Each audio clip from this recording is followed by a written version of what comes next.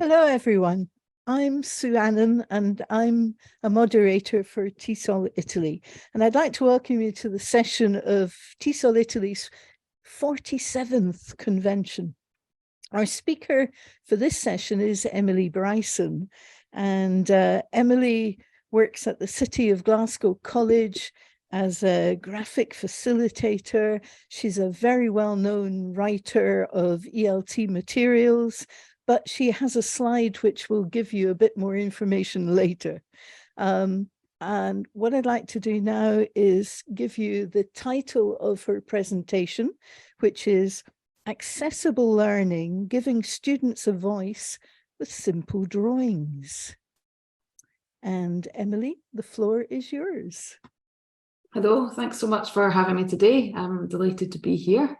I'd just like to introduce myself. So I'll just start with my slides because I'm a graphic facilitator. I'm an ESOL, I've got many hats. And one of those hats is, so I have many hats. These are my hats. I write books for National Geographic Learning. I wrote the Voices series, one of the authors of that. I have the Aid of ESOL and the 50 Ways to Teach Life Skills, which is this one. I teach English, I teach ESOL at City of Glasgow College, which is mostly ESOL literacy learners at the moment, but also various different levels of classes and English for specific purposes at times, for example. I'm a graphic facilitator, which means that I use simple drawings to help communicate with my students and look at different processes and teach life skills and just make learning more accessible. I've discovered that using simple drawings can really bring a class to life and support learning. I'm an inclusive practitioner, and I like to try to make my lessons as accessible as possible. I'm also an outdoors fanatic and absolutely love running, cycling, swimming, just being outdoors. This is one of the ways that as a graphic facilitator, I like to introduce myself by using really simple drawings. You will see that these drawings are not art. They are visual communication. They are one step up from stick men, so everybody can do them. They are not intimidating. And I hope during this session, I give you the confidence to do that. And we will do a little bit of drawing to help you out and practice it. So there are lots of ways that you can facilitate sessions graphically. Behind me, I have my whiteboard. I also have a flip chart, which I have just put on my wall using panel pins or like tiny little nails. If you care about your wall, maybe don't do this. You can also attach to your wall using paper tape and just stick the paper tape to your, don't have any right here, stick the paper tape to your clothes to make it a bit less sticky, just in case you're worried about the paint. But if you're really worried about paint, don't do that. You can also use a visualizer, which is kind of an overhead projector that just connects to your laptop or your computer, and you just use it like a video camera. Really, it takes a video of the what you're looking at, the paper, for example. You can use a drawing tablet or your mobile phone or a drawing laptop.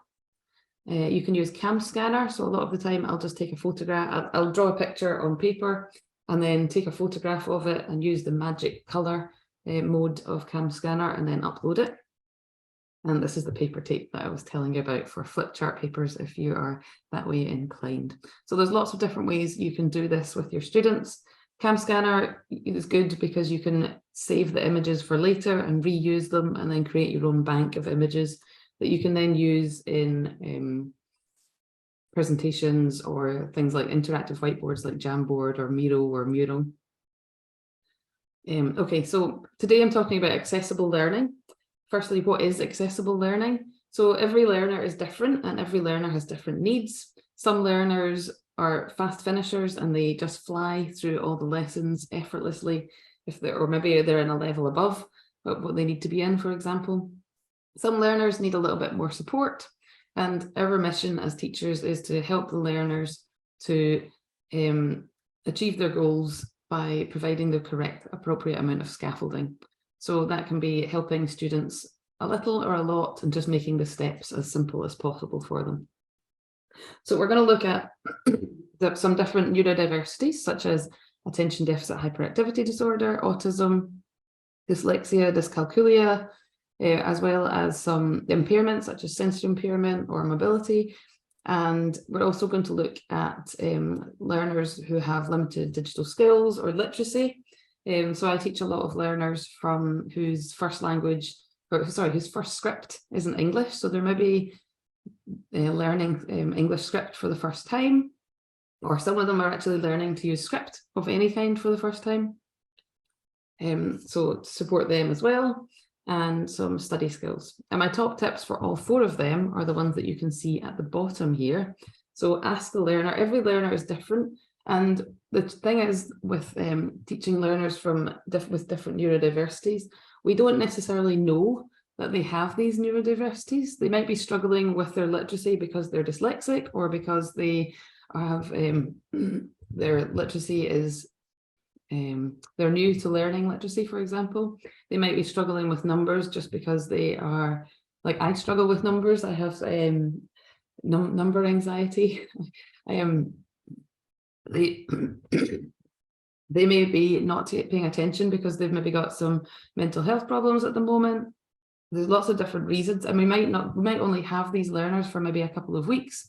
So we might not know, for example. So I think the key is to teach your classes to meet the needs of all learners. So you can ask the learner what they are struggling with. You can create a welcoming atmosphere for them. You can give clear instructions, and you can build their confidence. That goes for all learners. But these tips are useful for this sketch note that I drew is available on my website, emilybrysonelt.com/sketchnoting, and you will be able to see it. It's there for it summarizes some of the tips, but it shouldn't be used as their strategies, and each one I would recommend that you explore each one a little bit more. So I'll talk about each one. So for example, this wheelchair ramps are often used to support people who are in wheelchairs, but the benefit of them is that they also help people who are pushing buggies, people on bikes, people with skateboards, lots of different people. So if you support one student, you support all of them. So small changes to your classroom practices can really support all learners, really. So for example, this is what my whiteboard used to look like. And in the chat, if you could just write, okay, and this is what my whiteboard looks like now when I am teaching vocabulary or teaching new words, or in this case, teaching phonics. So the oo sound and the ch sound. If you could just write in the chat, which of these whiteboards do you think is more supportive to learners? The one on the left or the one on the right? And you'll also notice that the doodles on the right are definitely not art. They are very simple. So for example, the watch is just a circle, an L shape in the middle, and 2 little rectangles. The cheese is just a rectangle, a triangle, and some circles. The foot, well, there's something very funny going on about that foot, but you know what? It looks like a foot. It's not what a foot looks like in general, but it gets the point across. And what the plan is when you're supporting learners with your simple drawings is that it gets the point across. So don't worry too much about perfection. It's about getting the point across and supporting your learners. And actually, so everybody, I'm just checking the chat, everybody has said left. So actually one of my students last week, I was doing a guidance appointment with them, and this particular student is a literacy learner, but he's fluent in English, but he's in the class with other ESOL learners. Usually we would refer someone in his situation to an adult literacy class and have them in a class with other fluent language users, but in his case, he's been super patient with the learn and actually very supportive. So he's been great to have in class. But he said to me that he's had so many classes before that he hasn't been able to understand, and that my simple drawings have actually really made his learning experience much, much simpler and easier and supportive. So it was really wonderful to hear that, because a lot of the time my students can't communicate that. I just have to pick up on it from how they're actually learning and developing and progressing. So one of the things that you can do to, learners, for example, the easiest thing you can do for learners to make learning more accessible is to think about your fonts and your font choice and your font size. So if learners have, for example, a sensory impairment, or maybe for dyslexic learners as well, learners with serif fonts, so that's the ones on the left, these are the ones with little flicks or tails, they are actually more difficult to read than ones that do not have flicks or tails. So the sans serif fonts are fonts such as, like the ones in the middle, so that's fonts like Arial, Trebuchet, Century Gothic, and they are simpler to read. Also, what I would look out for is this little letter A. I try to find fonts. So Century Gothic, for example, has like a handwritten letter A, such as, it looks like this. It's just simpler to read. So I tend to choose fonts that have handwritten A and also handwritten G instead of you don't have the G here. So sometimes G can look a bit like this and text. And I find that some students who are developing their literacy can have difficulty with this. Also try to make the fonts as large as possible. If they're very small, then they're going to be more difficult to read, and try to use double spacing as well. So, and if you're teaching students on their mobile phones, just bear in mind that a mobile phone makes everything a million times smaller. So I would try to use 36 or 44 if possible. If you're presenting, obviously they can zoom in some cases as well. So for study skills, so for learners that are developing their study skills, there's various things that you can do to support their study skills. This is one of my favorites, is to draw basically a notepad on the whiteboard and get them to, and then you can show them exactly how you would like your notebook to be laid out. So I'm just going to stop sharing my screen for a second so that I can demonstrate how to do that. And if you've got a notepad there, I would like you to copy how I do this. It's very simple. Basically a rectangle. And then down the side, you have some little C shapes or little U shapes. And that basically shows that it's a spiral bound notepad. And then you can show them how to lay it out. So maybe you've got your title here, maybe you've got your date here, 1911, and then you've got whatever you want them to have in whatever section. And I'll just share my screen again. I'm aware of the time, so I just want to whiz through things because I've got a lot to get through. And I'm going to cover some more ideas for study skills. So another thing you can do with study skills is plan. So make some plans for what they would like to do and where they would like to be. So one way you could do this, another very simple way of doing this, I'm just going to stop sharing my, so this is part of a blog post that you can get from my website, emilybrysonelt.com, and there's a blog post about goal setting. I've actually got quite a few blog posts about goal setting, but this is one. So the target in the middle refers to where do they want to be, and the thought bubble on the right refers to their ambitions, their dreams. So their target could be their realistic goals, but also you maybe want to give them ambitions that they maybe don't think at the moment are possible, but actually if they keep them in their mind, they can maybe work towards them in the distant future. And it's always good to have ambitions and dreams to work towards. And on the left, we have some little arrows for bullet points of how to break all of that down. So it could be, so get them to think about what their, this could be for study skills or for career goals. It can be used in many different ways. So a lot of the beauties of having visual templates, this is a visual template from graphic facilitation visual template, is that you can use them in multiple ways. So you could also use this, you could actually use this with your team to think about where you want to be as a team and how you're planning to get there, or for curriculum planning. You can use it for multiple things. Okay, for study skills, I often get my students to reflect on how they actually learn English. Some of them are quite new to learning by themselves, so they're not very autonomous learners. So what I do is I fill my whiteboard with what are called in the graphic facilitation world containers. And containers are basically just large icons that you can use post-it notes inside. So basically you can draw things really big, and then students come and add their ideas using post-it notes. Or if it's a whiteboard, sometimes I just give them a marker and get them to add it. And then that gives them more, lets them practice writing as well.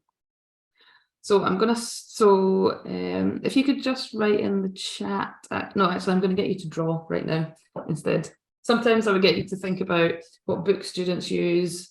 If I had annotation tools, I would maybe get you to fill in videos your students use, websites your students use, apps your students use, but I don't have annotation tools today in Zoom, they're not activated. So we're going to do some drawing. I'd like you to draw each of these icons, and I'm going to show you how to do each one. You'll notice that they are mostly made up of rectangles or circles or lines. And that's what's called the drawing alphabet. So if you just break things down as simple as possible. As I said, not art, communication. Okay, so I'm just going to stop sharing my screen. And I need to close this so that I can see what. Okay, now I can see the icons to draw. Okay, so I've already showed you. So the homework one is basically the notepad, but flipped up the other way.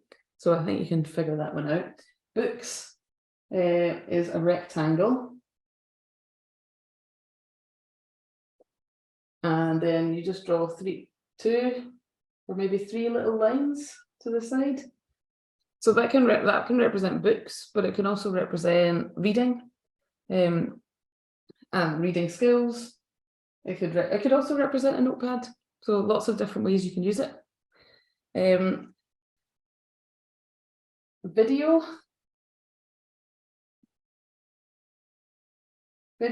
you could do this the same way as a computer.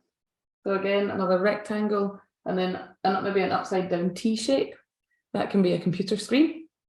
Or it could be a television. You can add a triangle if you want, because triangles often represent play, for example. And then to draw people, you just draw a couple of little M shapes and then their heads.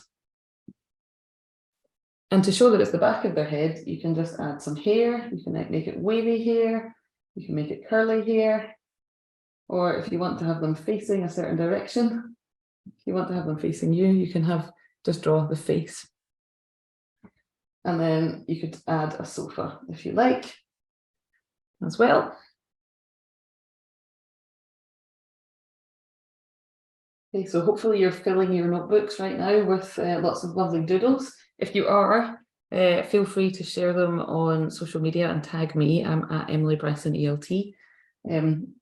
For smartphones or laptops, you're basically just drawing a rectangle, but with kind of rounded sides. And don't worry too much if it's a little bit squint, that's fine. Mine's a little bit squint. And you can add a little circle at the bottom. A lot of them, well, they used to have those little buttons, didn't they? And then that's to show reflection. So that's how to draw a phone, or it could be a tablet if you just make it a little bit wider.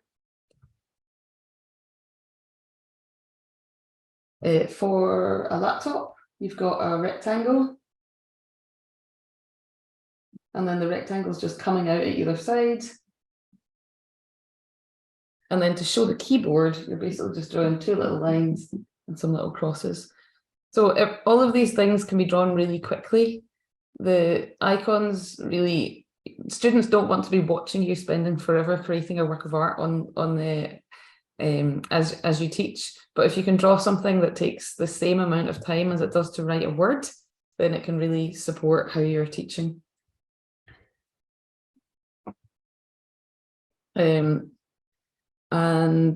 So for listening, for example, you can have a couple of rectangles at the side, a big N. That can be listening just by itself, or you can add a person in the middle and just maybe have their eyes closed to show that they're listening. You could add some little sound waves if you want to. Or the other way I draw listening is a kind of big squinty question mark and then inside. Okay. And I'm going to leave it there for now, actually, because I am very aware of the time. I'd love to draw with you all day, but I don't have the time. So I'm just going to share my screen again. Oh yeah, so then you would just get students, once you've drawn all those big icons or big containers, you can get students to come up and add their ideas with pens or with post-it notes, and then just get them to discuss it. And then they can share their own study skills with each other. The other thing I like to do is to use graphic organizers or vocabulary, like to draw out their vocabulary. So you can get them to, in their notebooks, just use a vocabulary organizer. So for example, write a word, write it in their language, draw a picture if they want to. I don't ever force my students to draw. Many of them just start drawing naturally because they're kind of, they see that it's a welcome, that it's a kind of thing, a positive thing to do in my classroom. And then a sentence with it to show it in context. So it's just a good habit to get students into in their notebooks. For learners with attention deficit hyperactivity disorder, you may find there's various things you can do to support them. So minimizing distractions. So maybe if they are looking out the window, maybe sitting them a bit further from the window, obviously talking to them about it and discussing them, what is it that's distracting them. Training students to take their time. Often they can rush through things, and allowing movement and fidgets. So you can have like a fidget spinner or like a fidget toy, like a squeezy ball. But also you could maybe, if they want to, sketch note or just encourage them to take notes. It doesn't need to be sketch notes, but just encourage them to take notes while you're doing the class. If they want to add doodles, that's great. For me, when I sketch note, I find that I pay much more attention. And I take more in and I go back to my notes afterwards and I look at them. Whereas when I just take notes that are words, then I just never look at them ever again. When students have dyslexia, they can have quite, they can find processing information and a lot of information quite difficult. So you can give them extra time. You can use assistive technologies like read aloud software. Dyslexia friendly fonts might work for them. There's actually no research to show that dyslexia friendly fonts do work, but for some students and for some people, they do. So it depends on the person. If they think that it helps them, then let them choose their font. That's completely fine. And using graphics can really help as well. So this is one of the lessons that I did for National Geographic Learning's Voices series. What I often find with my students is that when they are listening to an audio, they are busy focusing on questions. So what I did to reduce the processing load was I drew this, and students basically copied into their notebooks. If they wanted to add the icons, they could add the icons. If they didn't, they could just write where, food, speed, weight, and then they can like use a, what do you call it, like a sentence starter, so that they complete the sentence. So instead of having very long comprehension questions, and you can do this with reading as well, or to help students to focus their writing paragraph planning, for example. So students can, basically get them to listen and then answer the questions using very simplified, that really reduces their processing load. And of course you can get them to sketch note it, get sketch note the entire listening if they want to, and they're quite, and they enjoy that kind of thing.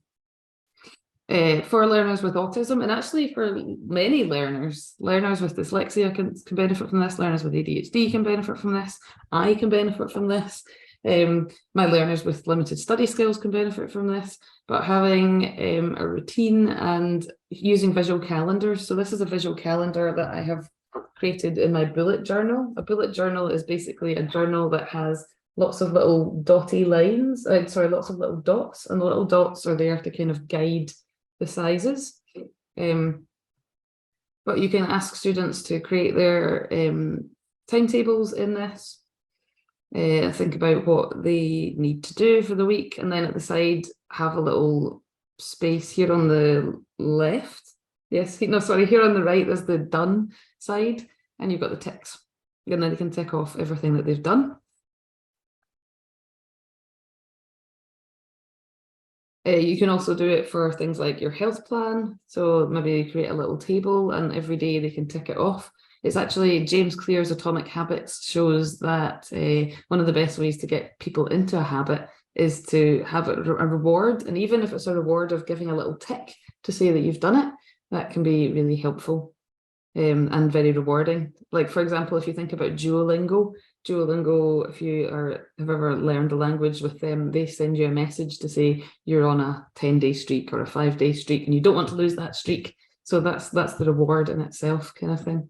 So if they do something every day, so you could create something like this for study skills or to get them doing their homework or learning 5 words a day or whatever their goals are. In terms of mental health and well-being, I teach a lot of learners with been through traumatic situations, a lot of learners from refugee backgrounds, and they often come to class with some mental health problems, depression, PTSD, for example. And for myself, I have tried to meditate multiple times and I just cannot quiet my brain. Maybe learners with attention deficit hyperactivity may also have this, may find it difficult. Or learners who just are new to meditation, for example. And a lot of meditation focuses on the senses. So what can you hear? What can you see? What can you smell? What can you touch? What can you taste? What can you feel? So what I like to do in my bullet journal is basically to draw these little icons. And then inside them, so it gives me 5 minutes or 10 minutes to draw the icons and then to add in my own little notes of what I can hear, what I can see, what I can smell, and just taking that 5 minutes to myself really quietens my brain. And you'll notice here that touch, I have actually erased touch and rewritten it because the hand was a bit off center and it was a bit strange looking. And it's still a bit strange looking, but yeah, these Pilot friction markers are amazing. I really love them. Yeah, you can erase them. And again, it's not about artistic, amazing wizardry. It's about taking 5 minutes to yourself to relax. And you could give students this. Actually, I have created this as a free download on my website. So if you want it, you can have this, but you can also have a really nice version of it that you can print out for your students if you would like it. Just go to my website, emilybrysonelt.com/freebies, and you can download that. I use a lot of graphic facilitation to talk about global issues. So this is a kind of infographic that I created about problems of the environment and then solutions on the right. And again, that's on my website, which you can download. And the best thing about it is I've used it with every level of learner from beginners right up to advanced because it's so visual and there's actually no rubric. You can use it in so many different ways. It's basically just lots of pictures that can be adapted and used in different ways. So yeah, if you would like to download that, just go to emilybrysonelt.com/freebies. Yeah, so just to summarize, for all learners, ask the learner what works for them. Try to be as multisensory as possible. Try to make learning as active and differentiated as possible and try to do as many different things as possible. Create a welcoming atmosphere, give clear instructions and build confidence. And finally, how to make learning accessible for us as teachers. So if you are on Twitter or on social media, try to follow TESOL Graphics. So they basically take research papers and turn them into infographics. So if you want to save yourself time in reading research papers, then follow them. They are great. This is an example of one that I've kind of cut up and tried to make bigger about language anxiety. Okay, I've just had a message to say 5 minutes left. I've been trying to rush through, but there's no questions. So feel free to put any questions in the chat. I'll have a bit of time for that. There are so the sketch note, the yellow sketch note that you saw was actually part of my homework or my coursework for Anne-Margaret Smith's ELT Well Neurodiversity course. It was absolutely fantastic. Anne-Margaret Smith has multiple qualifications in this. She's been doing it for many, many, many years. I can't think of anybody who knows anything more about neurodiversity and English language teaching than she does. Her courses are fantastic. So if you, eltwell.com, and also she has packs for diagnosing people with students with dyslexia, specifically second language learners with dyslexia, which is particularly difficult because you don't know if they're maybe struggling with spelling because it's a new language or a new script, or if they're struggling with spelling because they have dyslexia or perhaps undiagnosed dyslexia in your own class. The other thing you can do is join Diverse and Inclusive ELT Materials Facebook group, which is run by Lottie Galpin. It's fantastic and has lots of ideas for supporting learners with neurodiversity or just being inclusive in general. EmilyBrysonELT.com. I have lots of blog posts, videos, podcasts to help with this kind of thing, and sketch notes as well. Hashtag HowToInclusive if you're on social media. I have all of these freebies that you can download from my website, EmilyBrysonELT.com/freebies. So a book about graphic facilitation for English language teaching professionals, an adult ESOL phonics lesson plan, so a little video of teaching phonics if you teach phonics, the active meditation that I told you about, and the ELT Can Do Eco lesson plan. On Wednesday next week, if you are available, I will be doing a session with Claire Hayward on creating your own graphic organizers.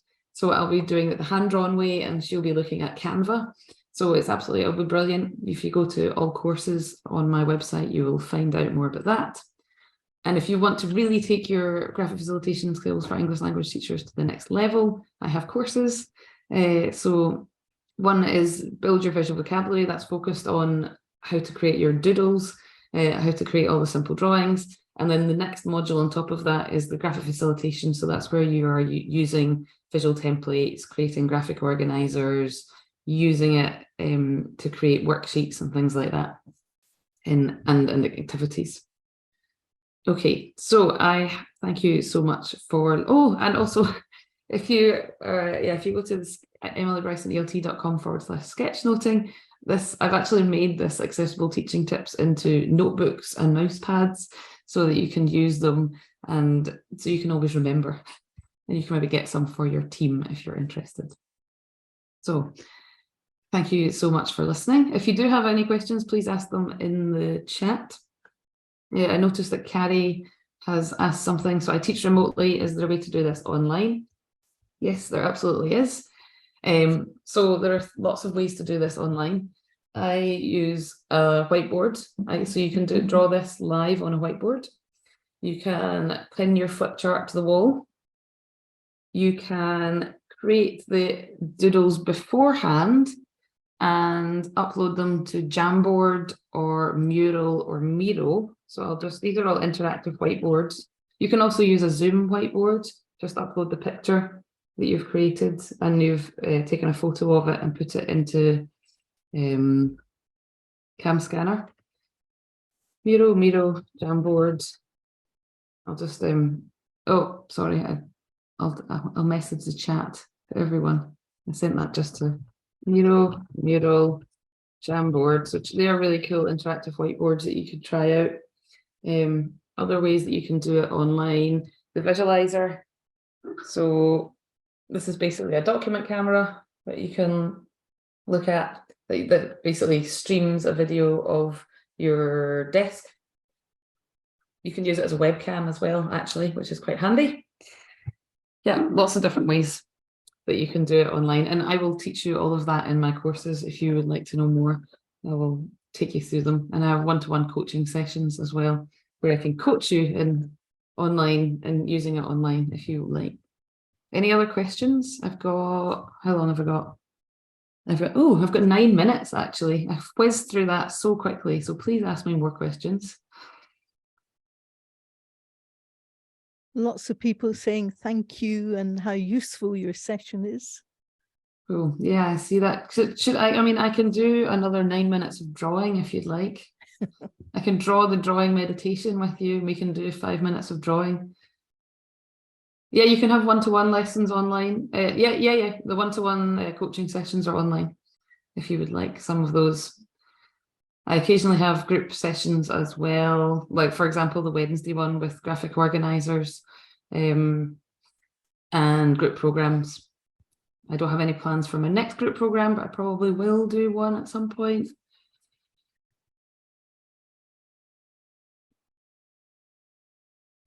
Because they're fun and I like seeing everybody's work. Yeah, if you join my coaching, if you join my courses, you also get to join the Graphic Facilitation for English Language Teachers Facebook group, where people share, like all my alumni share all the fun things that they're drawing. Okay, well, okay, shall we draw for the next 8 minutes? I'll just stop sharing my screen. And if you've got any questions in the next 8 minutes while I'm drawing, just please ask me. Can you see me? Yeah, I'm highlighted, haven't I? I'll just make myself big. Okay. So the drawing meditation, I'll draw it as a big graphic organizer on the whiteboard. So I can start over here. So things that I can see, things that I can hear. This is, so again, like a big question mark. And then a smaller kind of question mark. It's just a question mark with like an extra flick on it. Things that I can hear. Things I can touch.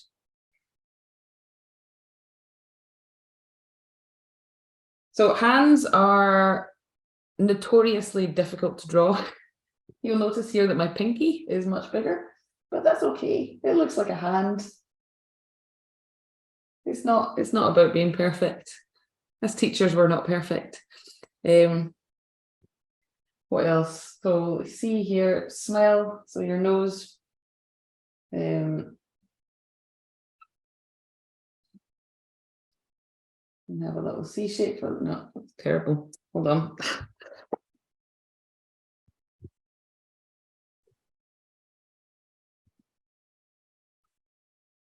Okay. So yeah, just a nose there. See here, smell, draw, taste. Okay, so lips. Lips look a little bit like a hill. I need to draw them further up.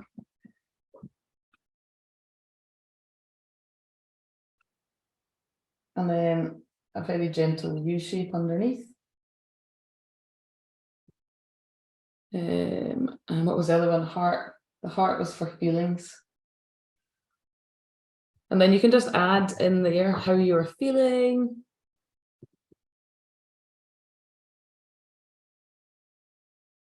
Yeah, you're quite right. I've just noticed somebody said excellent drawing skill. You're quite right. You want to be unintimidating, because if you're unintimidating, students will start copying you and start drawing as well. If you draw super amazing drawings and you spend forever, firstly you'll bore them, but also I think you'll quite intimidate them. So, and also I really love it when my students have a laugh at my strange fingers. Completely fine. Okay, so yeah, have a think about what you can see in your room.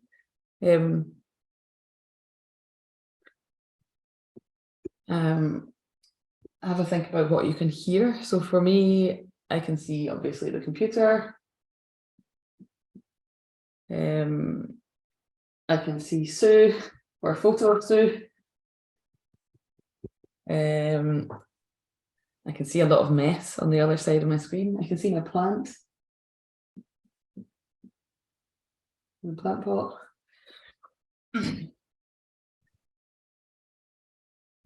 Okay, yeah, so if you just write in the chat what things that you can hear at the moment, and I'll maybe try to draw them for you.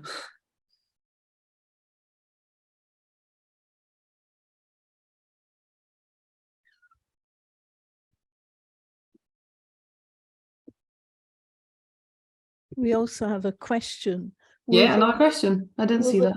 Will the webinar next Wednesday be recorded? It will be recorded. Anybody that books on before anybody who books on before Wednesday will receive the recording, will be automatically. So our plan is to basically do the webinar recording and then make it into a mini course on my website. So the mini course will be available for £37 after. But if you book before Wednesday and you attend, or if you will get the recording for £23. You'll be able to access the online mini course for £23. So that's the plan. Oh, I can hear the rain. Rain is, I'm Scottish, so I'm very good at drawing rain. So I quite like drawing just clouds and then little lines for rain. And you can hear a lorry. Okay, so lorries are basically, I draw like a rectangle, another rectangle, and then a couple of circles for a lorry. Oh, I can hear my fridge. Where?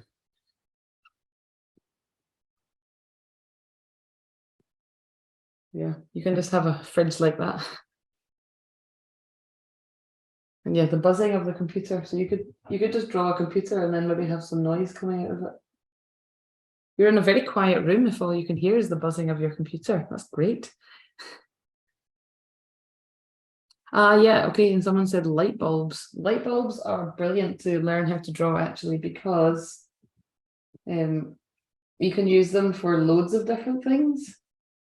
So it's basically a U shape and then a circle and then an M and then a Z.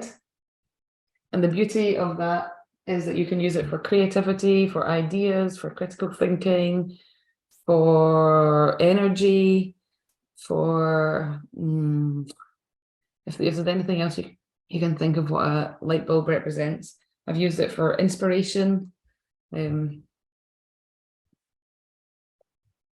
yeah, light bulbs are a really key icon to learn how to draw.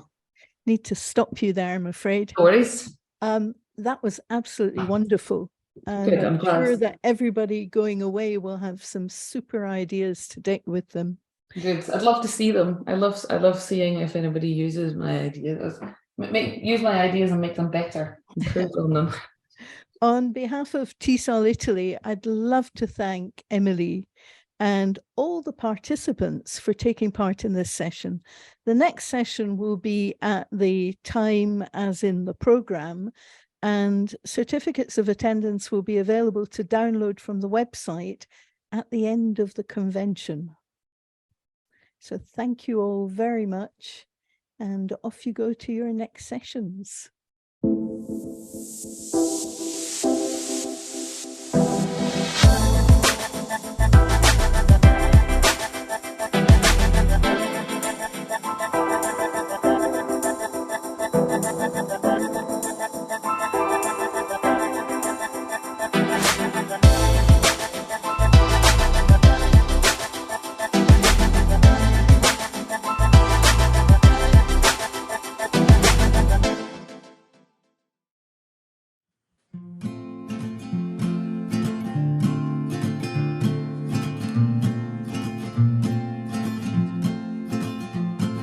You said that the road to happiness was long and winding. You said that the forest would get dark, and that the ground could shift here upon this hill we're climbing. No matter how close we get, we're still so far. But I trust we'll find the clearing. I'm trusting the trail. No matter what we're feeling, there's one way we can't fail. Let's just keep hiking. Let's plant our feet. Let's just keep hiking. Keep hiking with me. Hold my